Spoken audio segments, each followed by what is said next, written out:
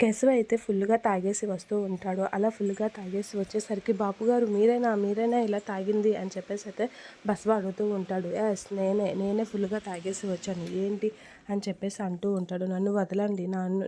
నాకు బాధ ఎక్కువగా ఉంది అని అనేసరికి చంటి, సింధూర వాళ్ళైతే ఏంటి అని బయటకు వస్తూ ఉంటారు. ఇక సింధూర వీళ్ళందరూ అలా అనేసరికి నా కన్న కొడుకు కోసం నేను ఏదైనా చేయాలనుకుంటున్నాను. నా చేతులారా అడిగి ఏదైనా చేయాలని చూస్తుంటే వాడు మాత్రం మమ్మల్ని తల్లిదండ్రులుగా అంగీకరిస్తున్నాడు కాదు అని చెప్పేసి అంటూ ఉంటాడు. వాడు చూపిస్తున్న బాధ మాకు ఎంత బాధగా అనిపిస్తుందో తెలుసా? వాడు మమ్మల్ని దూరంగా పెడుతూ ఉంటే మేము నరకయాతన అనుభవిస్తున్నాం అని చెప్పేసి కేశవ అయితే అంటూ ఉంటాడు. ఆ మాటలు చంటి వింటూ ఉంటాడు. ఇక సింధూర కూడా చాలా బాధపడుతూ ఉంటుంది కేశవ మాటలకి. ఇక కేశవ అయితే వాడు మమ్మల్ని అమ్మా నాన్నలుగా ఎప్పుడు అంగీకరిస్తాడా అని చూస్తూ ఉన్నాం. నా కన్న కొడుకే మా దగ్గర పరాయి వాళ్ళ బతుకుతూ ఉంటే, ఒక పని వాళ్ళ బతుకుతూ ఉంటే ఆ తల్లిదండ్రులకి ఎంత దుఃఖమో, నాన్నగారు అనే 4 ముక్కలు పలకడానికి ఆడికి ఎంత కష్టంగా ఉందో అని చెప్పేసి అంటూ ఉంటాడు. చంటి అయితే అలా చూస్తూ ఉంటాడు. ఇక కేశవ అయితే అలా అంటూ చాలా బాధపడుతూ ఉంటాడు. మా ఇద్దరిని కన్న తల్లిదండ్రులుగా వాడు ఎప్పుడు అంగీకరిస్తాడా అని చెప్పేసి ఎదురు చూస్తూ ఉన్నాము. కానీ వాడికి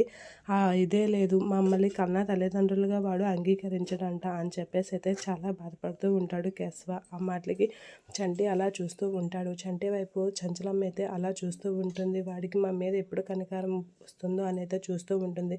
ఇక చంటి కూడా అలా చంచలమ్మ వైపు చూస్తూ ఉంటారు. ఇక చంచలమ్మ బాధను చూసి చంటి అయితే అలా చూస్తూ ఉండిపోతూ ఉంటాడు చంచలమ్మ వైపు.